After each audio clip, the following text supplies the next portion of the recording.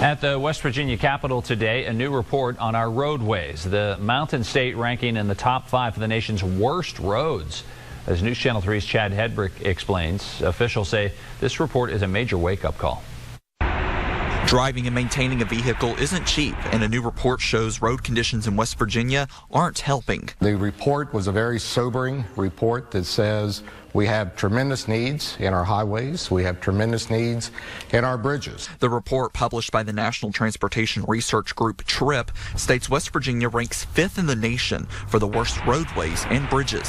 Well, it's depressing, really. It doesn't really surprise me. We used to be one of the #1 highway systems in the country. The report says drivers in West Virginia on average spend an extra $647 on car maintenance because of potholes, wasted gas and congestion, and other upkeep costs. Roads and bridges that are deficient, congested, or lack desirable safety features cost West Virginia motorists $1.4 billion annually. That's about $1,400 a driver a year. We've underinvested as a nation, and we now are starting to pay the price in these extra vehicle operating costs that everybody bears who drives a car. We're so far underfunded, and it's costing us as the consumer. However, there are plans to improve West Virginia's infrastructure. Governor Jim Justice recently announced a $2.4 billion plan to upgrade the state's roads and make them safer and more efficient for all drivers. Once you start putting the adequate funds to work,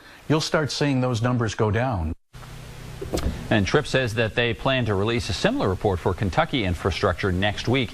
In the last Ohio report from June of 2015, about 25% of Ohio's urban roads and highways were in poor condition.